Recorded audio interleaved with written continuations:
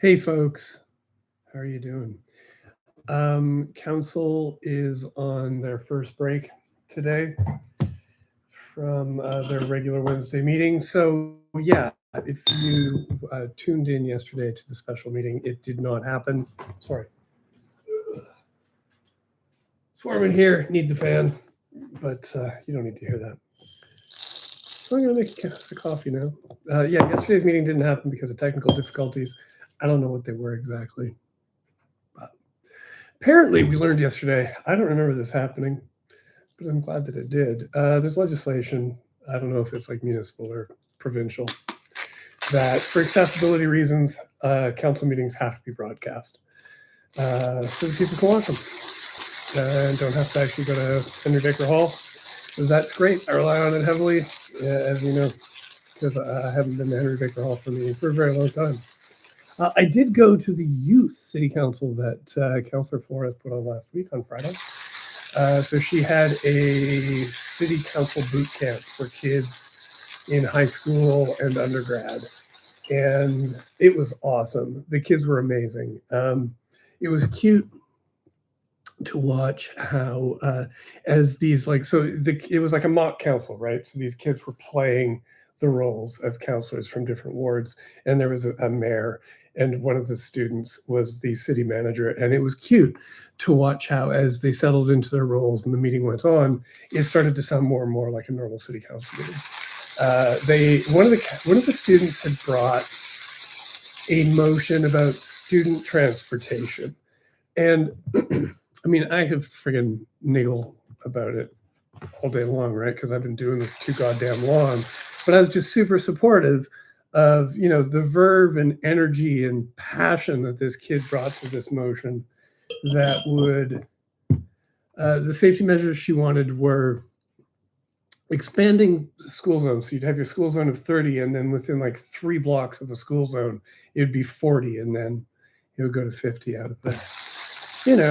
I can see all the problems in that, but I wasn't going to say them because I think awesome. You're thinking about, safety and trying to come up with a solution, and you did great. They also wanted to reduce student fares on buses. I think it was by 30 to 50%. They put in their motion. Again, I can imagine issues with something like that, but you did it. You came up with a great idea. So bravo, kid. And yeah, but then and they also wanted to add bike lanes with preference towards adding bike lanes around schools.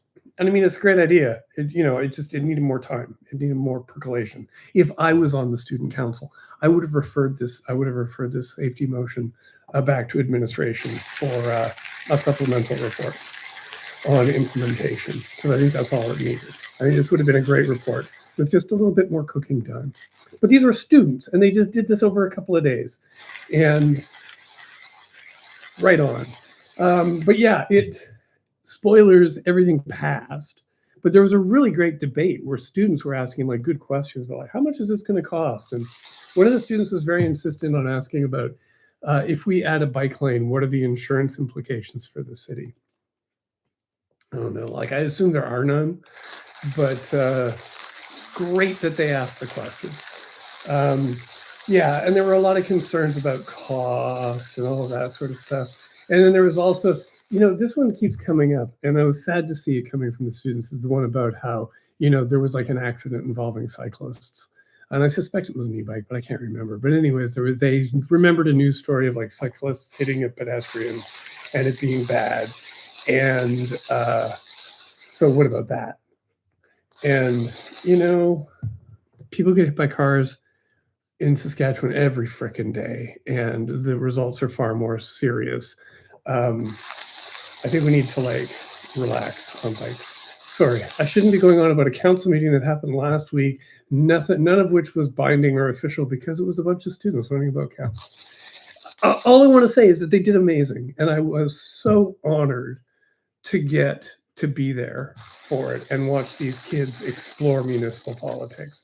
And I hope they came away with it, with a little dram of the passion that I have for city politics after going through that. Oh, and then me and some of the other, well, some of the real media, we scrummed these kids. So, like, I think about half of the kids or a third of the kids who were part of this, we got them to come out and we peppered them with questions. So they got the full like council and council v media experience. It was, and they were just so great. They were great. I loved these kids. I got like, like a little stab in the heart as it was coming to an end. And yeah, the poor city manager kid, she didn't know anything, right? Because I mean, she's never been to planning school or civil servant school or whatever it is. And so she got stuck answering all these questions about, how much does X cost and what are the implications of Y? And there's no way she could know, right? And she didn't have a city staff. So like Councillor Flores was like, feeding her answers, but I felt for her. Anyways, we'll talk about this. We'll talk about the student city council on the Queen City Improvement Bureau this week on Thursday. 91.3 FM, CJTR, Access Community Radio. So part of the reason why I'm talking about the student city council is because there's not much has happened at your city council today. Today was supposed to be ground stamped. Little screen put in. I'm gonna go turn on the water. Give me a sec.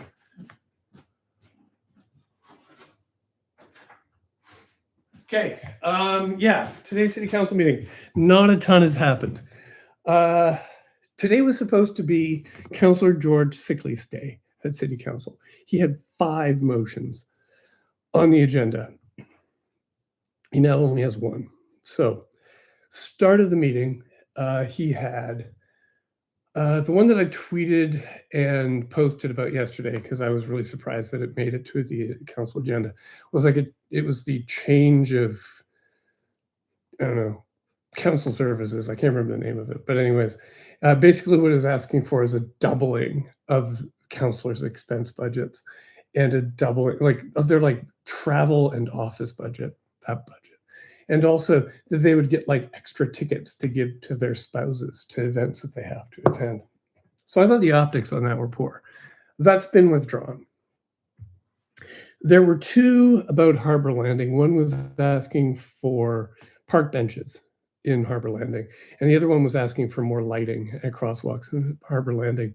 And I mean, the notion of building park benches and lighting, I'm all for that. Both of those things are great. But not just in Harbor Landing. We have an administration that has a process for how these things roll out. If you want to speed up the process of, putting up park benches and lighting street crossings, go gangbusters. But, you can't just focus exclusively on your own ward because some of your ward residents are screaming about the crossings. We have a Vision Zero plan and a Vision Zero team. They're rolling out these initiatives. The thing you could do is fund it more. You could fund Vision Zero. I remember once was involved with a community association, and they were looking into getting benches or picnic tables or something added to a park, and they were going to fund it themselves. And holy crap, the price of a park bench, because you can't just that you would put in your yard, right, in a public park, because it has to withstand the public. And so the safety ratings and et cetera, for park furniture is much higher than the junk you put in your own yard, right? They're not going to go to the Rona and buy a bench and bolt it into the park because it will last a season. And I don't know, jagged bits will break off. I don't know. I'm guessing. But anyways, whenever you come across one of these things that looks absurd in any kind of government where they have to spend this crazy amount of money on this special type of bench, it's because somebody somewhere in the past went to the Rona and just bought a piece of junk and put it up and somebody got hurt. And so they implemented a policy on how these things get done so that people don't get hurt anymore. So anyways, park benches. Where was I? Right. Councillor Sickley's has many motions that were supposed to be coming today. So yes, park benches, lighting, they've been withdrawn, I imagine, because they're either going to come back as a new type of motion or administration will just be left to do their job. The motion to get the council's expense budgets doubled, I expect that got withdrawn because the optics were appalling.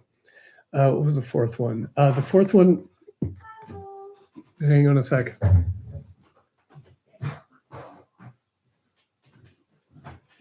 And then the other one, sorry, one of my kids came home. The other one was this thing called the No Excuses motion, or the No Excuses project. And it was going to do a bunch of stuff and get a bunch of reports about how to make it so that people had no excuses for not going downtown. I don't know. I can't remember how the negatives worked in the sentence. But anyways, the idea was that they were going to incentivize people to go downtown by making a dedicated downtown bus route free and by making parking free for 2 hours or something. The idea was half-baked. I think it was the biggest problem. What does a dedicated downtown bus that's free even mean? Do you have a little shuttle that gets you around our downtown is tiny. Now, if it was turning the number 15 bus, which serves downtown and Cathedral and Heritage, I think. Anyways, it's a nice little milk run bus that gets seniors from the seniors complexes downtown, takes them to some of the shopping destinations around downtown. You make that free, that we might be able to have a conversation. But my biggest problem with it was the stupid ass name, the No Excuses Project. And there's supposed to be this No Excuses branding on the communications for getting people to go downtown. Didn't love it. So it seems to be withdrawn. Now, I think these things were withdrawn, not just postponed to another meeting. All right. Pour my hot water. So those are gone. The one that is left, and they haven't talked about it yet, Sickleys has this thing coming. I suspect there's a lot of support amongst the grumpy Facebook grandpas, the fiscal hawks, the members of the Finance and Audit Committee for this thing where they're going to take all of the city priorities that are in the budget and dump them into 3 different categories: core priorities, discretionary priorities, and hybrid.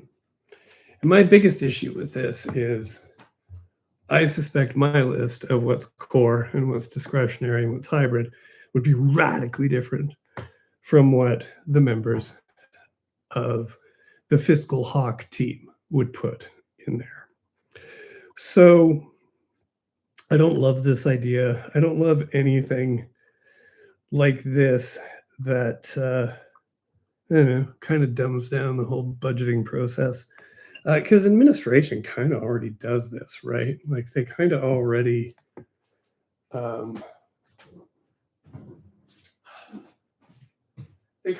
let council know, here are things that we have to spend money on, and here are things that are less important.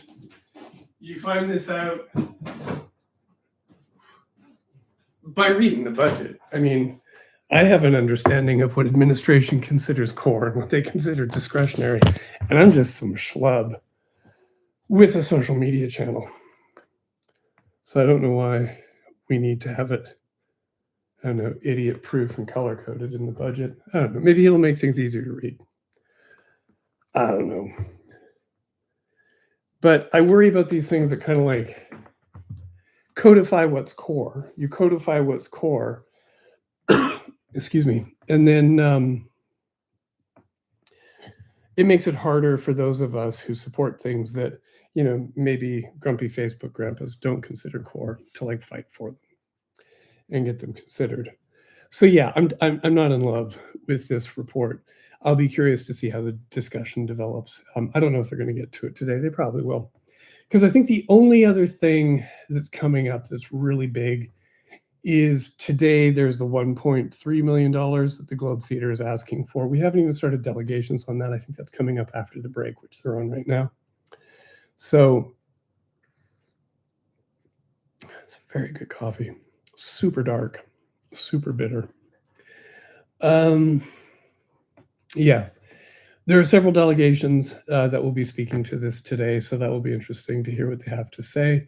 I think one of them is the person who does Little Mosque on the Prairie TV show. Am I wrong about that? If I'm wrong about that, don't hold it against me. I just saw the name and I was like, isn't that the person who does Little Mosque on the Prairie? And I think there is like a thing at the Globe that they're doing. And so if they're coming out to speak for the theater, I hope that helps. Yeah. Because the Globe is important. It is an anchor tenant for downtown. It is really crucial to our, downtown vibrancy and the cultural vibrancy of our city. I was just in Moose Jaw recently, and I think one of the things that stunned me the most is, I think maybe because it was just kind of a straight line there downtown. Ours is more sort of like, a bunch of blocks. But you did see a lot of people on the street. There were a lot more clothes shopping options in Moose Jaw. And I guess the other thing we have that's kind of a drag for our downtown is we have that mall in the downtown. And so a lot of that shopping vibrancy is in the mall. It isn't out on the street, wandering around the park and stuff. But one of the things that Moose Jaw has that I don't think we have at all is little tourist shops, like where you buy like tchotchkes and bric-a-brac that say, my parents went to Moose Jaw and all I got was this dumb T-shirt. I don't think you can get a T-shirt like that in downtown Regina, and that is strange. Yeah, so that is like, that really gave me pause. The fact that we don't have a tourist shop of any kind in our downtown. And the things that I've gone to in Saskatchewan, like in Regina, for Saskatchewan tourist shops, have always been like way higher end than I'm typically comfortable with. I don't know, freaking blown glass sheaves of wheat and stuff like that. Like, you don't take that on the plane to give to your kids. You want cheesy, cheap, garbagey T-shirts. That's what you want. And little snow globes. Do we even have little plastic snow globes of Regina? You'd think that would be a no-brainer, considering how much snow we have in Regina. Oh yeah, they had a candle. Do you remember that? They had a candle. The city did this with an artist, and it was being sold, I think, at City Hall, along with, I think there are plushies for the bird, for the municipal bird, which is a black-capped chickadee, which I think is disappointing because it's kind of boring. But yeah, they put out a candle, and like, the smell of Regina is what you want to bring home to your loved ones. I don't know, in Moose Jaw or Manitoba. Okay, that's about it. What has been discussed so far this meeting? The Parks Master Plan was originally on the consent agenda.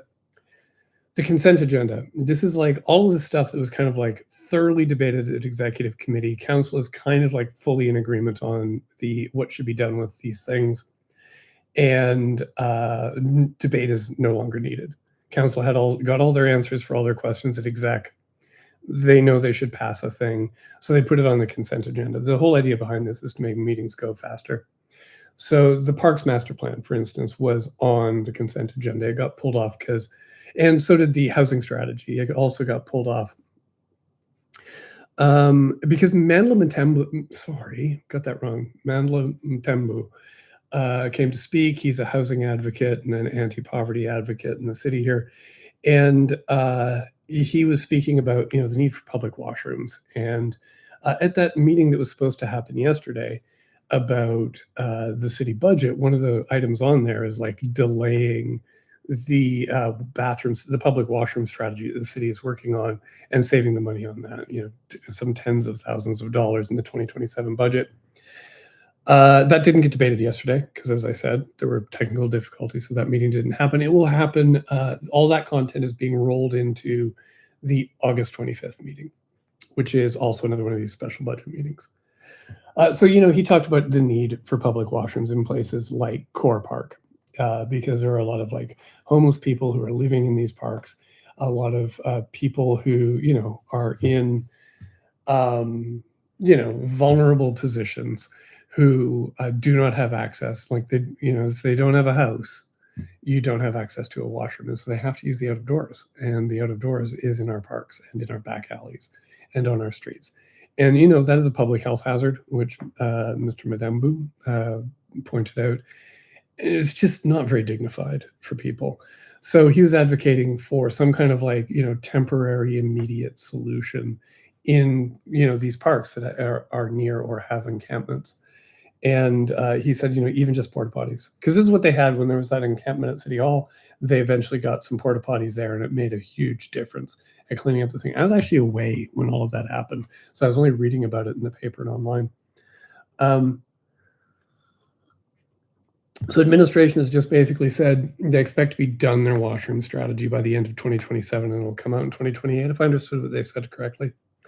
And that's why they didn't need the money for it this year, because the report wouldn't go out in 2028. I don't know. Council seemed to be okay with the fact that administration is working on a strategy and it's going to come out in a year or two, but did nothing, took no steps to address the immediate need that Mr. Madembu raised in his presentation. So we didn't get any porta potties in some of these downtown parks today. That wasn't even discussed. Maybe it will be discussed. I hope so, because this seems just like a no-brainer. As for the housing strategy, that was discussed at executive committee last week. It has been tabled. I can't remember. We talked about this on the Queen City Improvement Bureau last week, that, the council wants a bunch of information. I don't understand why they need to push this off until, I think it's like late September. But they did. They asked for a bunch of information, and now we have to get a supplemental report, and it's going to come back. I don't see the need for the delay on this housing strategy. There seemed to be a lot of pushback from council saying, I was expecting more from this strategy. I don't know. I thought it was fine. A lot of it is advocating to higher levels of government. A lot of the action items are advocating for stuff. It's, this constant acknowledgement that housing is not, a primarily municipal job, right? Because we don't have the resources. The province and the federal government need to be involved. So anyways, that's been postponed. So we'll have our real debate on that in September, I guess it is, with a supplemental report, which, again, I didn't see the need for it. I thought the housing strategy was just fine. Yeah. And I'm just going to take a quick look here if there was anything else. The Rapid Housing Initiative, that passed. So the Rapid Housing Initiative, there's that development on Fifth Avenue that ran into some trouble. Construction costs going up. Talked about this in the last live stream. Talked about it on the Queen City Improvement Bureau. Construction costs went up. The construction company disappeared or went out of business or something. Left the project. And the operator is not prepared to manage that project anymore. So the YWCA is taking that over. Great news. That was ratified again today. Bunch of zoning bylaw amendments changed. A lot of these were I can't remember the details. This all came up at a planning commission meeting. Increasing the density at spots. So increasing the number of houses. That's great. Somebody was added to the Audit and Finance Committee. So yeah, that's it. We haven't really done a ton in the first 90 minutes of today's council meeting. The meat of the meeting is going to be this Globe request for some money. That is, how much exactly? $1.386 million. And they claim that they are, they may have to wrap it up. End drama in Regina if they don't get this money. If only drama itself ended in Regina.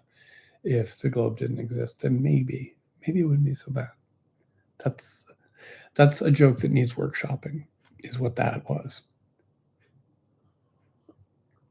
I'm not rushing back to the meeting. Yeah. How many delegates have we got on this Mamma Jamma? We have got 1, 2, 3, 4, and a fifth was added. So hopefully they will all be speaking in favor of saving the Globe Theatre. And then after that, we will get the motion from Councillor Sigley's about slotting our spending into core, hybrid, and discretionary. And I will be curious to see where spending on the Globe Theatre goes. And remember, we paid a $7 million ransom to Costco to keep them in Monstera. I think we can pay $1.386 million to the Globe so that we can have a downtown. All right. This was a great coffee. I'm really enjoying this coffee. I'm going to end this feed here. I don't think I had anything else that I was planning to talk to you guys about today, because actually this whole thing was going to be about Councillor George Sigley's stay at City Council. This whole break was going to be about that. But then most of what he's doing is gone. So thanks, Councillor. I didn't spend a whole bunch of time reading your motions and thinking about your motions. I read your motions like 2-3 times, actually. And all that time was wasted. Anyways, yeah. Have a great day. I'm going to go back to City Council. I've been doing this for like 26 minutes. So I'm sure Council has started up again and has been going for like 10 minutes or so. But, oh, hey, Snoob XX is in the chat. Hey, Snoob. Oh, yeah. Okay. Mosque Heist. That was the person who made Little Mosque, sorry, on the Prairie. Thank you for confirming that. So yeah, Mosque Heist was supposed to be at the Globe. I'm glad to see that she's coming out to defend our theater. And yeah, have a great rest of your day. I'm going to go back to council. I am live tweeting from Blue Sky as at PD City Hall. Aiden and I will be getting together on Thursday as the Queen City Improvement Bureau on 91.3 FM CJTR Access Now Community Radio. You can find all of our old episodes at queencityib.com. Have a great day. Ciao.